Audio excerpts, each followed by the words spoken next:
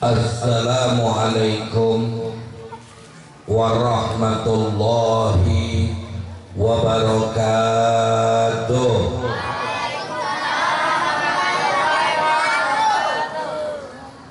Alhamdulillah hamdan katsiran thayyiban mubarakan fih. Asyhadu an la ilaha illallah wahdahu la syarika lah wa asyhadu anna sayyidana Muhammadan abduhu wa rasuluhu la nabiyya ba'dah. Allahumma salli wa sallim wa barik wa karrim wa majid wa azim ala sayyidina wa habibuna wa syafi'una wa qurrati ayunina wa maulana Muhammadin wa ala alihi wa sahbihi ajmain. Subhanaka la ilma lana illa ma 'allamtana innaka antal alimul hakim. Rabbi shrahli sadri wa yassir li amri wahlul 'uqdatam min lisani yafqahu qawli. Allahumma sholli ala sayyidina Muhammadin miftahi babi rahmatillah adada ma fi billahi salatan wa salaman daimaini bidawal bil mulkillah wa ala alihi wa sahbihi wa mawalah amma ba'd. Bocah jangan pada ribut, ntar suruh panitia nggak dapet nasi kebuli loh, mau? Jangan. Gue bilang ini panitia nih, ini jangan kasih nasi kebuli nih, nasi aronan aja udah kasih. Yang saya hormati, yang saya muliakan, para habaib Suson Al-Habib Ahmad bin Mustafa Al-Segaf yang tadi baru saja menyampaikan mau'izatul hasanah, orang-orang tua kita, guru-guru kita, wabil khusus sahibul majlis akhina Al-Ustadz Syarif Hidayatullah, hadirin wal hadirat jamaah maulidin nabi wa khol rahimakumullah.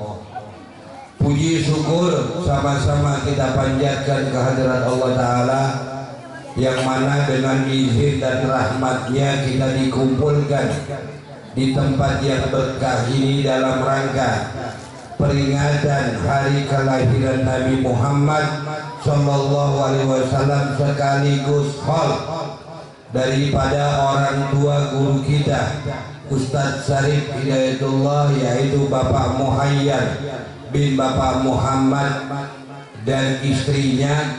Siapa istrinya? Ibunya Ibu Adma binti Jumadi.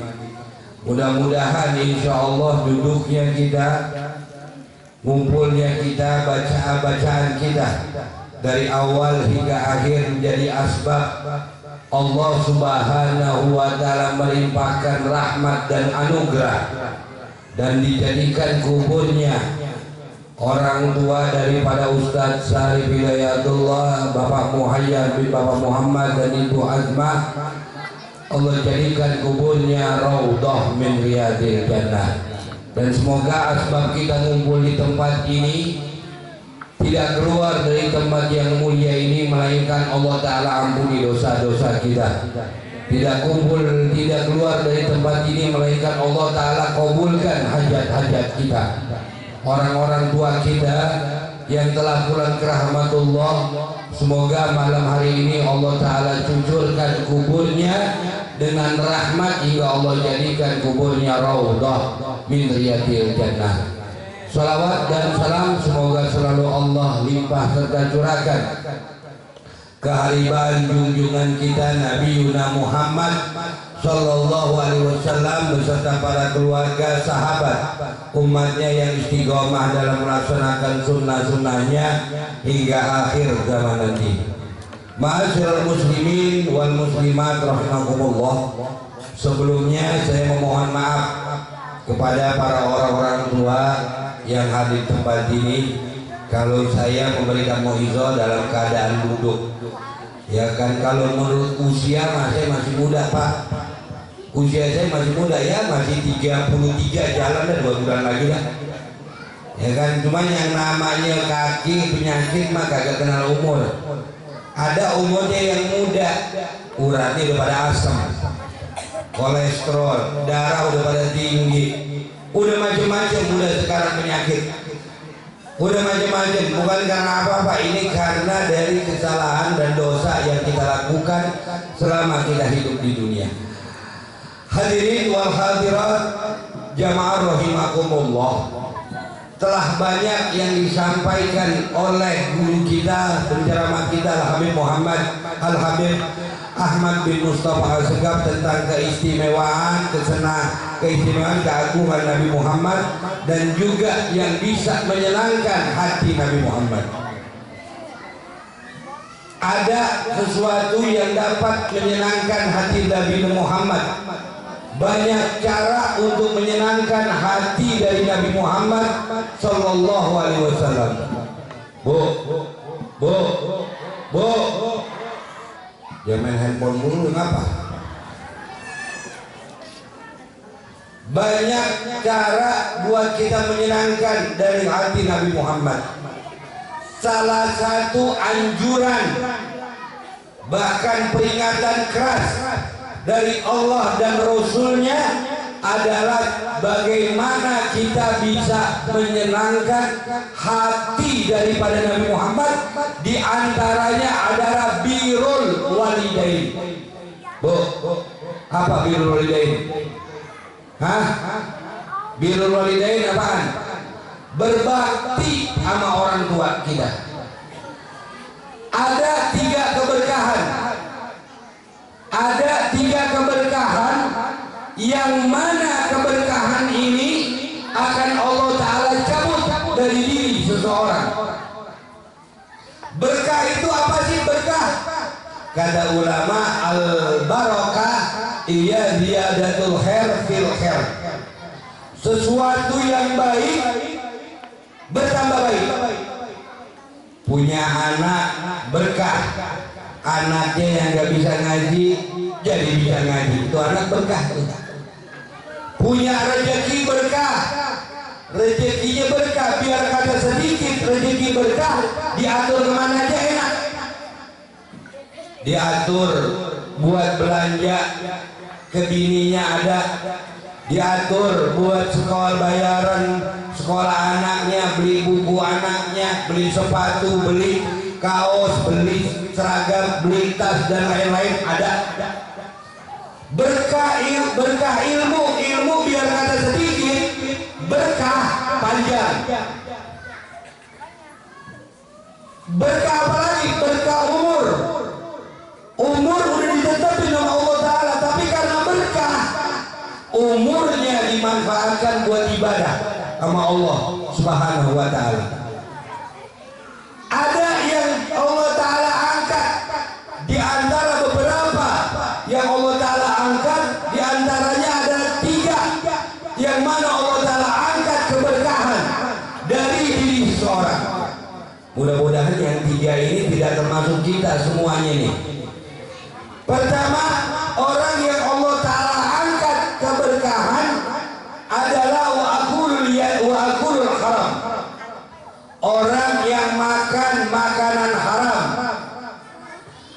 makanan haram, minuman haram. Udah ketahuan ini minuman haram, masih diminum. Udah tahu makanan haram, udah diminum. Saya nggak makan makanan haram, tapi cari duit, duitnya carinya cara yang haram. Ngebohongin orang, nipu orang, nyolong duit orang, haram semuanya. Ngomongin orang, ini hati-hati nih Habib, saya nggak ngomongin orang, saya cuma WA doang, sama. Apalagi yang model ibu-ibu nih, ibu-ibu kan kadang-kadang kalau ngomong kayak pesantren keciprit, baru dengar sedikit aja rame. Emang dia lah gua mah kalah po, cuma tahu po, mau nggak tahu po, saya tahu lah cing mah gak tahu apa-apa, saya yang tahu cing, padahal dia gak tahu tuh. Udah gitu kalau ngomongin orang pakai minta maaf lagi. Ini maaf kok ya, saya bukan ngomongin orang. Lo ngomongin siapa? Saya kagak ngomongin orang, saya kagak WA, cuman saya dengar terus saya sampaikan sama. Hati-hati nih, hati-hati. Ini dari makanan yang haram akan berpikir secara haram, cara haram. Coba dah maling mana pernah mikirin majelis salim, maling mana pernah mikirin masjid musola, maling mana pernah mikirin ustaz, mikirin kiai, mikirin habaib, kagak pernah. Maling namanya juga dari cara haram. Kadang-kadang ada orang juga duitnya dicari secara haram, dilarikan ke cara halal. Duitnya hasil kerja halal, hasil ngojek halal, hasil dagang halal, tapi dilarikan ke yang haram. Dengan cara apa? Dia beli minuman keras, dia beli makanan yang haram, minuman yang haram, belanja di tempat yang haram. Ini kalau orang sering makanan-makanan yang haram, Allah Ta'ala angkat keberkahannya. Kedua, Allah akan angkat keberkahan dari diri seseorang ini. Baidun anus sholihin, orang yang jauh dari orang soleh.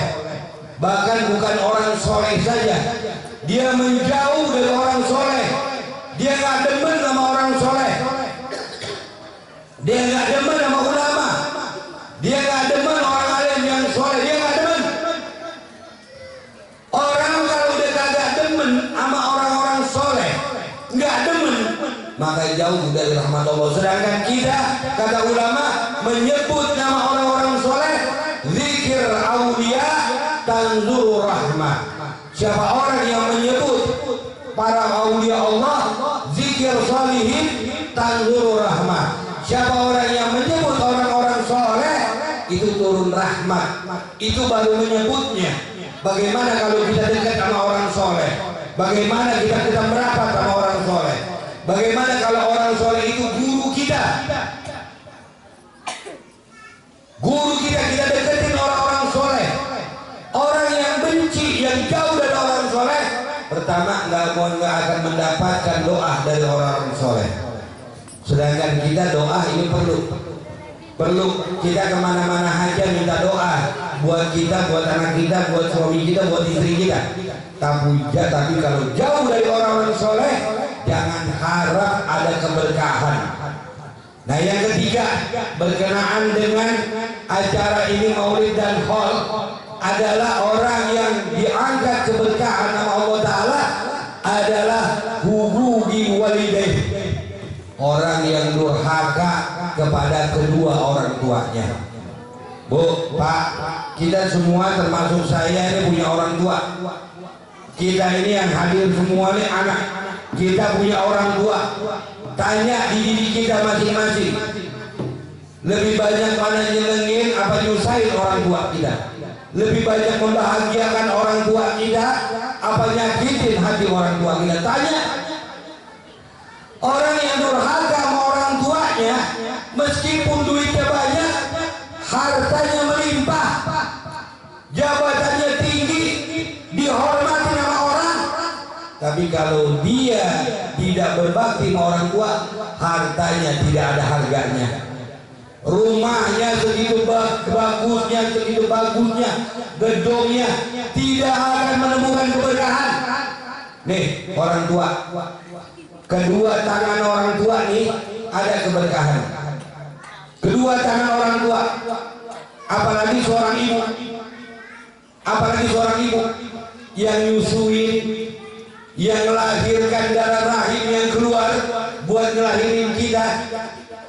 Satu tetes darah rahim yang keluar buat ngelahirin diri kita belum bisa bayar dengan dunia seisi-isinya. Lantas dengan apa kita bisa sombong depan orang tua kita? Apakah kita bisa tegakin diri sombong depan orang tua kita? Dengan apa kita bisa membanggakan diri kita kita di hadapan orang tua. Makanya benar kalau orang-orang bijak pernah ngomong, jangan kau beradu omongan dengan ibumu, jangan kau beradu omongan dengan ayahmu, karena ibu dan bapakmu mereka yang mengajarkan kamu bicara. Kita nih termasuk saya bisa ngomong begini, emak saya, umi saya, abah saya ngajarin. Udah bisa ngomong sama orang tua beradu omongan, hartanya banyak, tapi orang malah sama orang tua durhaka. Kagak ada berkahnya Pak, nggak ada berkahnya, nggak ada berkahnya. Sekali lagi tidak ada berkahnya. Hartanya lama-lama habis, pangkatnya lama-lama turun. Sedangkan duit, rezeki duit bisa kita cari, pangkat bisa kita raih, jabatan bisa kita kejar, tapi bakti sama orang tua seumur hidup sekali. Kenapa? Orang tua kita dikasih hidup cuma sekali, kita pun dikasih hidup cuma sekali. Yang masih punya orang tua, hati-hati. Orang tua doanya manjur sebagaimana doanya Nabi sama umatnya. Jangan pernah nyakitin hati orang tua. Kalau hari ini kita lihat nih, kalau hari ini keadaan milik kita, rumah tangga saya berantakan, dagang saya rugi, ngelamar kerjaan kagak diterima, bisnis saya kagak ada yang berhasil, usaha apa aja saya kagak ada suksesnya. Jangan salahkan diri kita, jangan salahkan dagang kita, jangan salahkan usaha kita, jangan salahkan ngelamar kerjaan kita, jangan salahkan ini salahkan ini, jangan. Rumah tangga kita berantakan, anak kita pada ngelawan, istri kita nggak pakai jilbab, suami kita kagak mau nyari nafkah, nyari rezeki susah, ini susah, ini susah. Jangan salahkan siapa-siapa. Lihat hubungan kita sama orang tua kita bagaimana. Lihat hubungan kita sama orang tua kita. Akankah pernah kita menyakiti hati orang tua kita hari ini? Atau kemarin kita menyakitin? Atau 2 hari yang lalu kita nyakitin orang tua kita? Atau seminggu, sebulan, setahun, tahun yang lalu pernah gak kita nyakitin orang tua kita? Gak usah jauh-jauh Pak, kalau mau nyari keberkahan gak usah jauh-jauh, gak usah pakai ke kuburan keramat, gak usah nyari ke wali ini mau ziarah. Saya juga senang ziarah. Kita mah kadang-kadang ziarah ke makam ini, ziarah ke keramat ini, ziarah ke wali ini, kita sampai lupa wali kota kita ziarahin juga.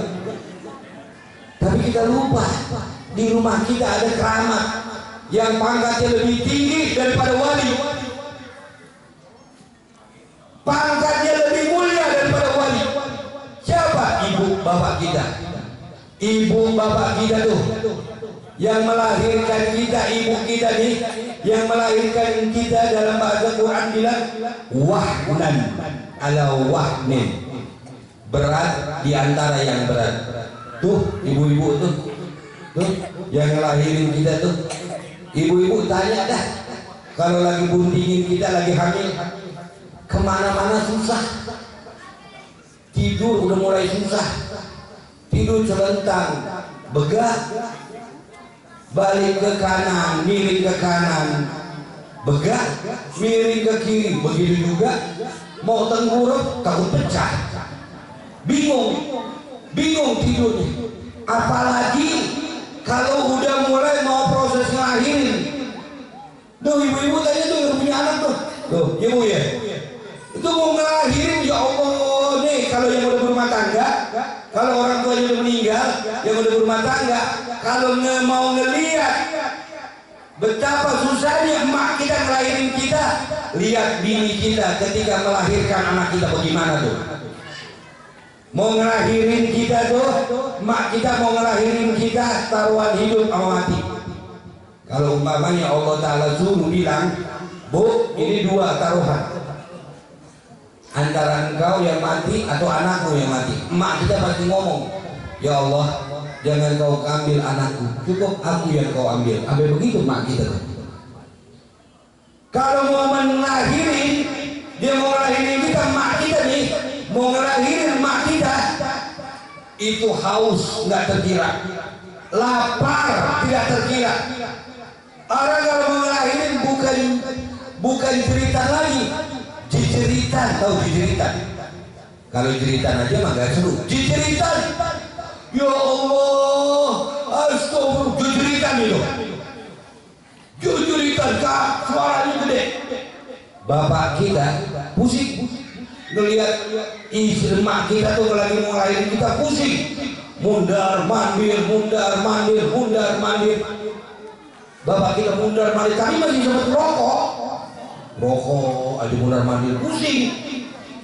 Begitu proses ngelahirin berhasil, bro, niat. Sebelum lahir emak kita lapar, sebelum ngelahirin emak kita haus. Tapi begitu kita ngelahirin kita dalam keadaan selamat, dibersihin, ari-arinya dipotong, pusatnya dipotong, bukan ari-ari, pusatnya dipotong itu dipotong. Emak kita yang tadinya haus, yang tadinya lapar, emak kita gak sempat minum, emak kita gak sempat makan.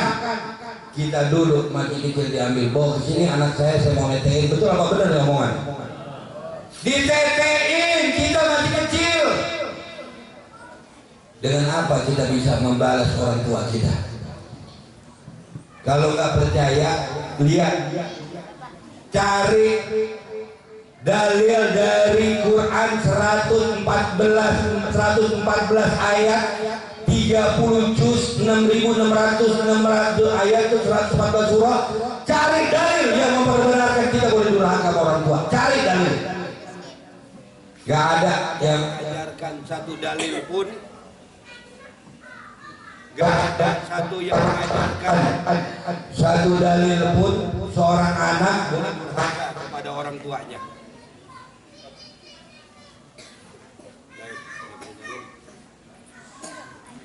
Gak ada satu dalil. Ini berarti udahan ini kali ini.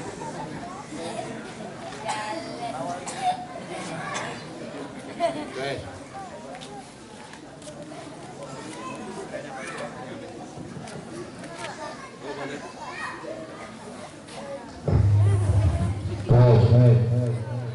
Sampai mana tadi lupa? Ini gara-gara mati sih selesai. Cari dalil manapun yang membolehkan anak buat durhaka sama orang tua. Dulu kita masih punya orang tua kita kalau makan, beli makanan atau beli ayam, beli ikan, beli makanan yang enak buat siapa? Buat kita. Asal ditanya, mak ini buat emak? Enggak, lu makan emak baru dimakan. Emak mah gak doyan ikan, emak mah gak doyan ayam buat lu. Anak udah berhasil sedikit, boro-boro ngasih orang tua, nengokin orang tua. Ini mah ngelawan melulu sama orang tua. Kalau anak durhaka sama orang tuanya, anak durhaka sama orang tuanya, Allah panjangin umur itu anak yang durhaka. Kok bisa dipanjangin? Ya, dipanjangin Allah Ta'ala umurnya. Buat apa? Biar dia ngelihat anak-anak yang durhaka semuanya itu. Hati-hati nih, anak-anaknya cucu-cucunya itu pada durhaka. Orang yang durhaka sama orang tua, cucu turunan anaknya pada durhaka. Dia durhaka sama orang tuanya, anaknya pada durhaka. Cucunya durhaka, cucunya lagi durhaka sampai cucu turunan baru. Begitu juga orang yang bakti sama orang tuanya. Orang yang bakti sama orang tuanya, Allah panjangkan umurnya. Biar apa Allah Ta'ala panjangkan umurnya orang yang bakti sama orang tuanya? Biar dia ngelihat anak-anaknya pada berbakti sama dia. Kita pernah dicebokin sama orang tua kita. Kita pernah dimandiin sama orang tua kita. Kalau hari ini kita mandiin emak kita, hari ini kita mandiin bapak kita, itu belum mulia. Belum mulia karena apa yang kita lakukan pernah dilakukan oleh emak kita. Apa yang membuat kita bisa membalas? Bisakah anak membalas jasa orang tua? Bisa. Kalau dia bisa melahirkan orang tuanya. Mungkin nggak mungkin. Jadi tidak akan pernah mungkin seorang anak bisa bisa membalas jasa orang tuanya. Satu keringat yang jatuh di bumi Allah dari kening ayah kita, kening abah kita, kening bapak kita, belum bisa kita bayar dengan dunia seisi-isinya. Bapak kita rela nunduk depan orang. Biar apa? Biar nanti anaknya ketika dia dewasa tegak depan orang. Orang tua kita rela malu. Buat siapa? Buat kita anaknya. Apa yang kita bisa banggakan sama orang tua kita ketika orang tua kita masih ada? Benar, kalau pepatah dulu ngomong, pepatah orang-orang tua kita dulu ngomong, kalau orang tua yang kaya, anak udah pasti jadi raja. Orang tua kaya, anak udah pasti jadi raja, betul bener deh. Orang tua kaya, anak pasti jadi raja dah. Mau minta apa dikasih, minta rumah dibeliin, minta mobil dikasih, minta motor dibeliin, mau minta handphone dikasih, mau kawin dinikahin. Makanya orang tua, saya paling gak demen ada anak yang mau nikah ngomong, udah bapak banyak sama diem-diem aja ya, bapak banyak diem-diem aja, ibu mau bapak diem-diem aja udah. Ini saya udah ada duit lamaran, saya udah ada ini pokoknya sama bapak diem aja, enak aja. Biar kata anak kita udah ada semuanya untuk nikah, tetap aja orang tua kita pusing palanya. Bagaimana bisa nyakepin, bisa ngebagusin anak kita? Dipanggil orang apa namanya alim ulama, dipanggil habaib, dipanggil kiai buat ngedampingin anaknya ketika nikah. Sampai begitu tuh. Gak ada yang bisa menyenangkan hati Nabi Muhammad kecuali kalau kita bakti sama orang tua kita. Gak ada. Bahkan kalau kita lihat sejarah, lihat ada seorang tabi, Sayyidul Tabi'in yang bernama Uwais Al-Qarni. Uwais Al-Qarni orang yang tidak dikenal, tidak di bumi, tapi di langit dikenal. Amalannya apa? Apa Uwais rajin sholat? Apa Uwais rajin sedekah? Orang miskin Sayyidina Uwais Al-Qarni.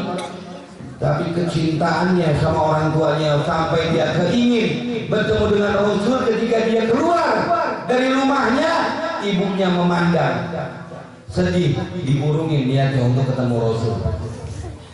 Diizinin sama ibunya untuk ketemu Rasul. Apa pesan ibunya? Wes, kau ketemu atau tidak ketemu dengan Rasul, pulanglah. Ibu takut, ibu sendirian. Iya Umi. Singkat cerita, Uwais Al-Qarni pergi ke Madinah. Tapi di tengah sampai di Madinah, sampai rumah Rasul gak ketemu sama Rasulullah. Hanya ketemu dengan Ummul Mukminin Sayyidatuna Aisyah radhiyallahu taala anha. Saya begitu ketuk pintu, Assalamualaikum. Waalaikumsalam. Ditanya siapa? Uwais, aku ingin bertemu dengan Rasulullah. Rasulullah gak ada, rupanya Rasulullah berangkat jihad. Pulang, Uwais tadinya pengen nungguin pulang, tapi dia terbayang dengan wajah ibunya, terbayang dengan ucapan ibunya. Diurungkan pulang, sedih, tapi dia memikirkan ibunya di rumah. Rasul tengah jalan pulang, tahu malaikat Jibril datang. Ya Rasulullah, Allah kirim salam kepadamu. Ada yang datang ke rumahmu, namanya Uwais Al-Qarni. Rasulullah bertanya, man Uwais Al-Qarni ya Jibril? Siapa Uwais Al-Qarni? Ya Rasul, Uwais orang yang tidak dikenal di bumi, tapi di langit para malaikat menyebut keutamaan Uwais Al-Qarni. Apa tandanya ya Jibril? Ada penyakit belang. Tandanya penyakit belang, dia pernah penyakit belang tapi sembuh, ada tandanya sedikit. Baik. Pulang Rasulullah sampai di rumahnya, ketuk pintu, Assalamualaikum. Ummul Mukminin istrinya Sayyidatuna Aisyah itu buka. Waalaikumsalam. Ya Rasulullah, tadi ada orang yang datang ke sini nyari kau. Tahu aku. Siapa ya Rasulullah? Uwais Al-Qarni.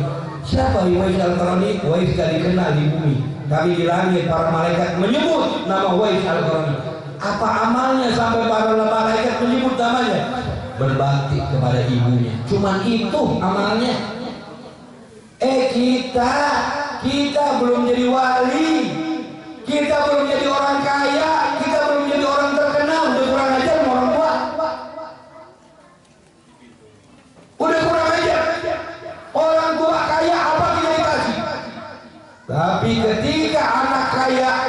Bagaimana ketika anak kaya?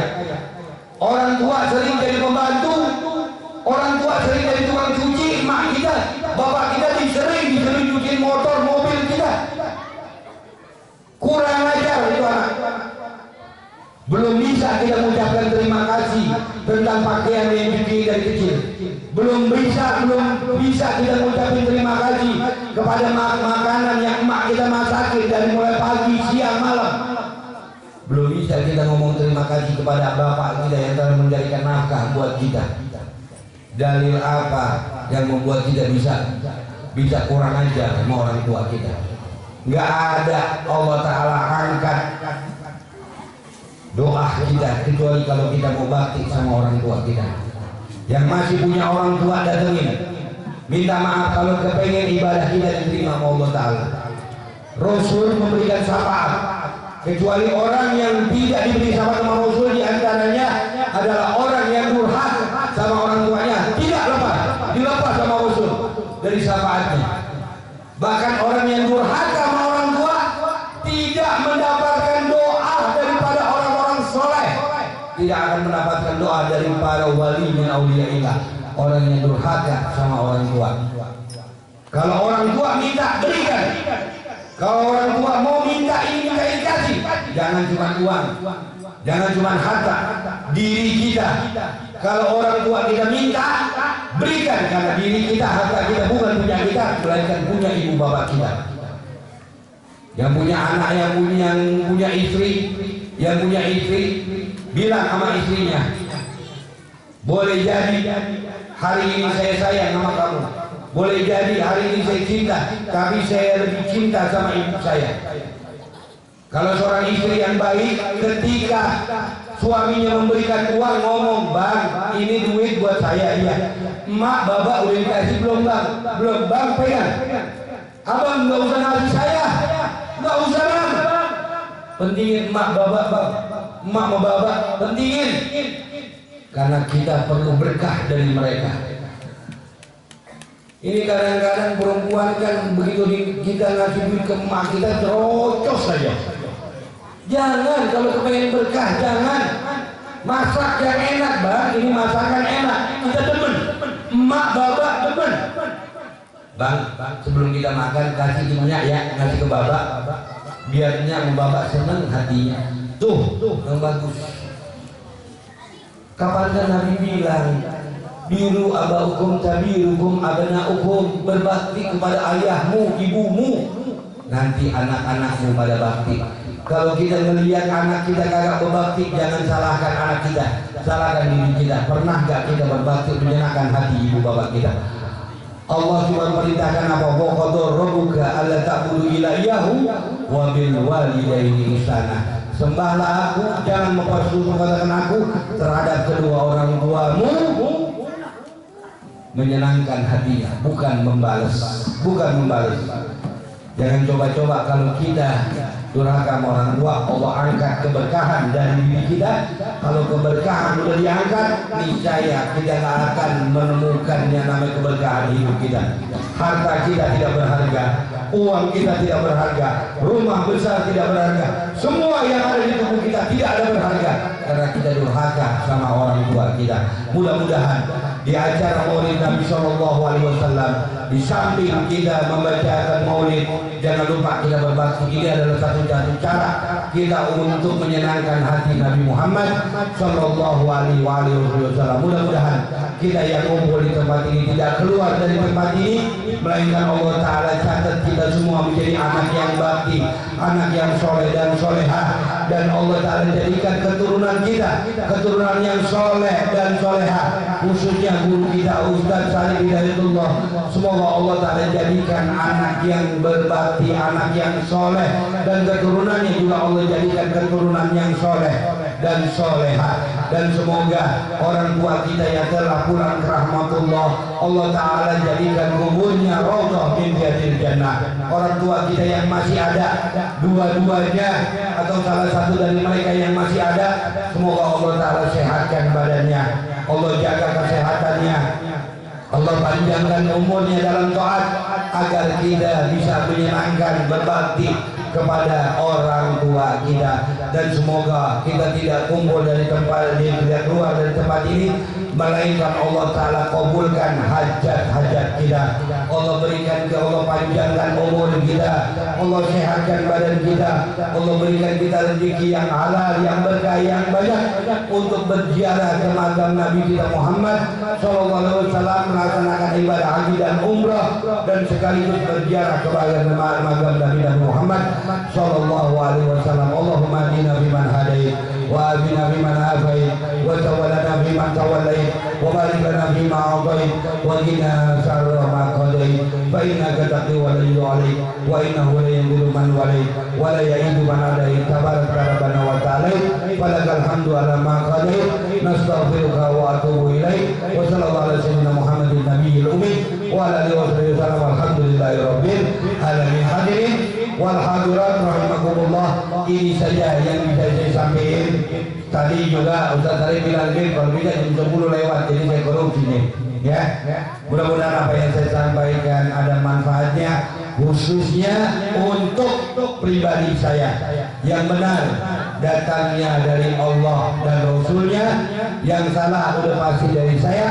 Bila itu wal hidayah. Assalamualaikum warahmatullahi wabarakatuh.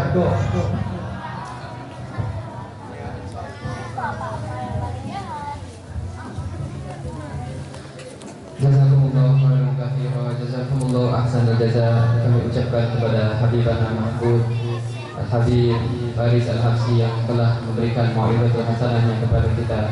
Mudah-mudahan mau'izatul hasanah yang disampaikan beliau dapat bermanfaat dalam kehidupan kita.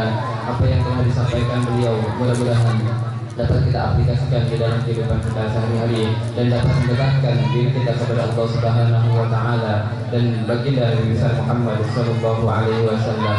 Hadirin yang dimuliakan Allah Subhanahu wa taala, beranjak ke acara selanjutnya, yakni doa penutup yang insyaallah akan dipimpin oleh Al-Mukarram Al-Muhtaram Al-Ustaz Amin Syarif. Kepadanya fa'alaihi falyatafaddal mashkura.